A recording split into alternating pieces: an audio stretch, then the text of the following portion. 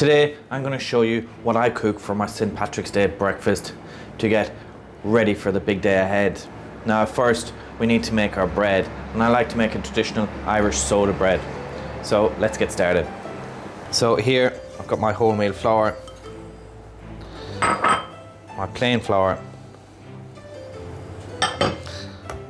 salt, bicarbonated soda, butter, and buttermilk. All goes in there.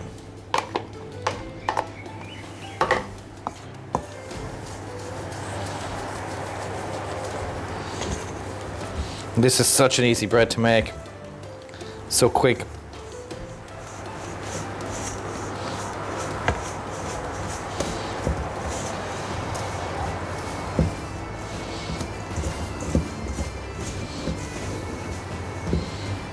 Clear it off.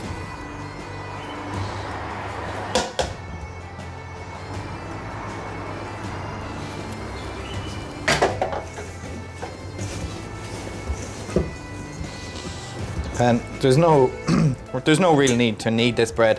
What I'm trying to do here is just to bring it together and just trying to get all the little bits out of the bowl. And you're just going to knead it to a smooth shape. You're not trying to activate anything, you're not trying to stretch out gluten. You're just trying to get a smooth shape on there.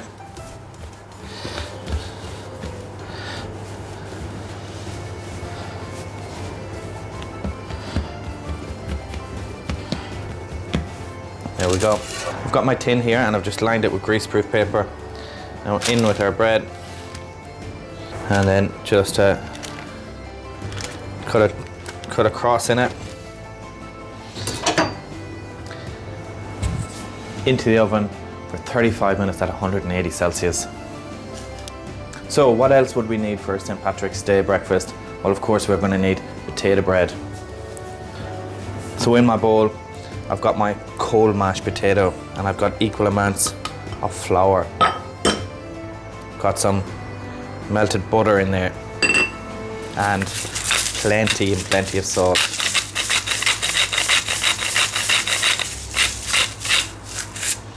And with a fork or a spoon, you can just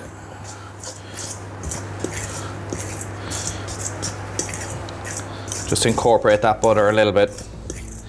It'll just make it a little bit less sticky for you when you get your hands in there. And ideally you need to use cold mashed potato for this, otherwise the hot potato, the warm potato, is going to take up way too much flour. So it should be a little bit of work with equal amounts of potato and equal amounts of flour. It should be actually, take a little while for the potato to actually incorporate that flour. And most people start to panic when you say, half potato, half flour, and they put it in there, and then it kind of goes just into breadcrumbs, but you need to keep working at it. You could put it into a mixer. But what's really important is that when it starts clumping together, that you don't go and overmix it, which is just as bad as undermixing it. You just need to bring it in enough that it comes together and that you can form a ball.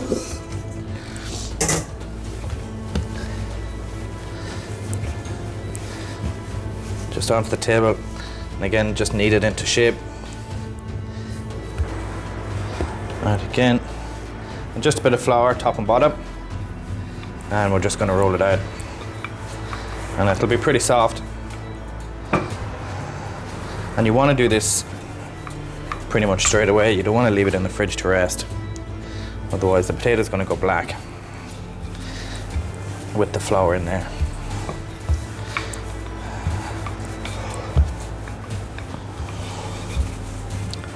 So you can roll it out to whatever thickness you like your potato bread.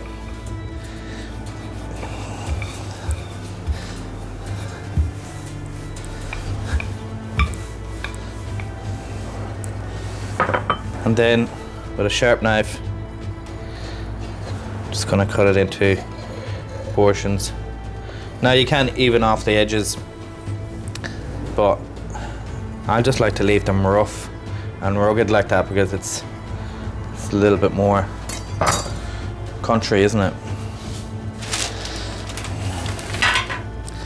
And then onto a tray, and you just want to basically put these in the oven for about 10 or 15 minutes just to bake them so that you cook the flour, and then we're going to fry them off. Into the oven at 180 for about 10 or 15 minutes. Now my soda bread is in the oven, my potato bread is out of the oven and it's ready to be fried. Let's get on with my full Irish breakfast. So first I've got my tray here and I've got some of these beautiful flat mushrooms, and I'm going to put them. What I'm trying to do here is save as much space in my frying pan as I can for the bulkier items. I've got some beautiful tomatoes on the vine, and this just makes it so much nicer, I think, to present, and it keeps them all together. Now I've got a little bit of olive oil and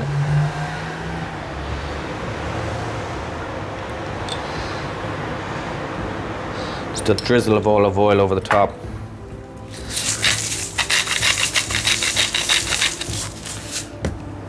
Into the oven for 8 to 10 minutes at 180 Celsius.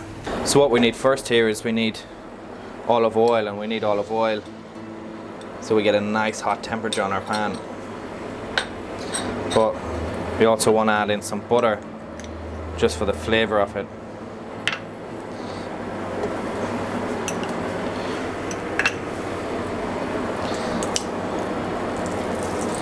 Just make sure that's all melted down.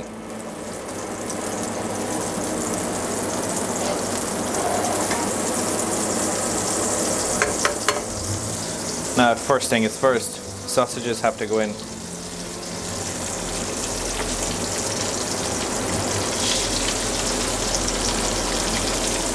Under black pudding.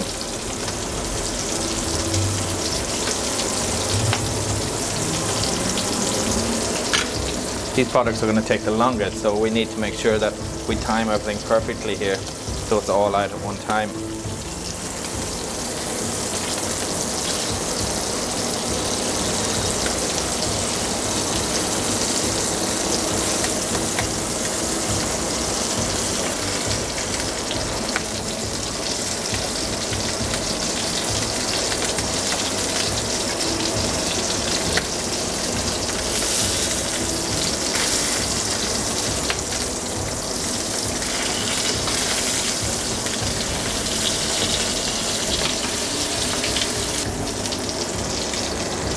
What I like to do when I'm doing my big breakfast is I like to get my sausages into a separate pan or onto a tray and put them into the oven, just so they're cooked all the way through.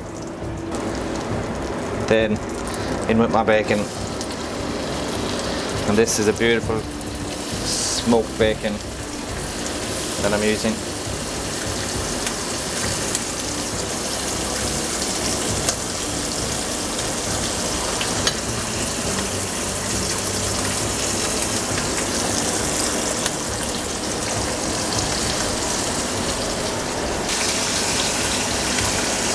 Add my black pudding into the oven.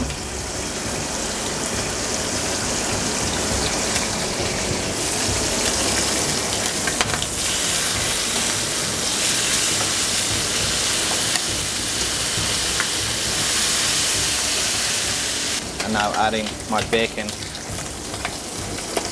top of the sausages and black pudding, and getting them into the oven as well.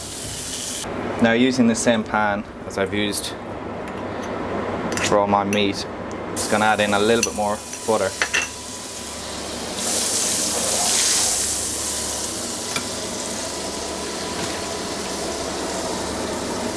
And with my potato bread, just sitting it in there.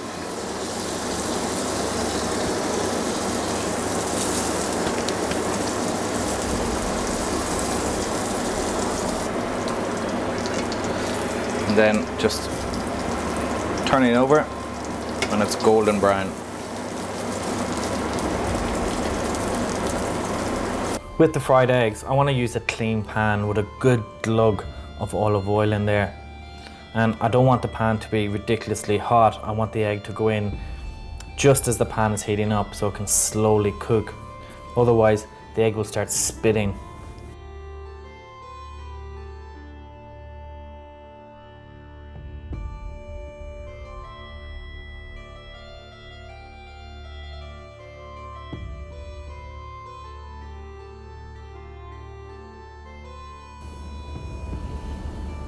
Now, you're going to ask why so much olive oil, and the reason for this is twofold. One, so the egg doesn't stick, and two, I can cook both the bottom and the top of the egg at the same time by brushing the oil over with the spatula. When they're ready, just lift them out, drain them off, and we're ready to go.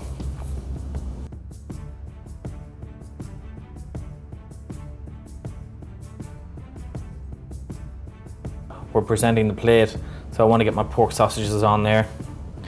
Some of these beautiful mushrooms, and I really love these mushrooms. They're so much flavour and they present so nicely.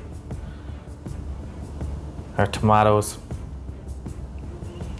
and our potato bread, of course, which is the star of the show if you ask me. And then our fried eggs on top. So the trick is to kind of get everything on the plate, but you don't really want to hide anything either. Some black pudding. Now, be better than me and put the bacon on there too. I was so excited to get stuck into my potato bread, I forgot to put the bacon on there. So there you have it, my perfect start to any and every St. Patrick's Day.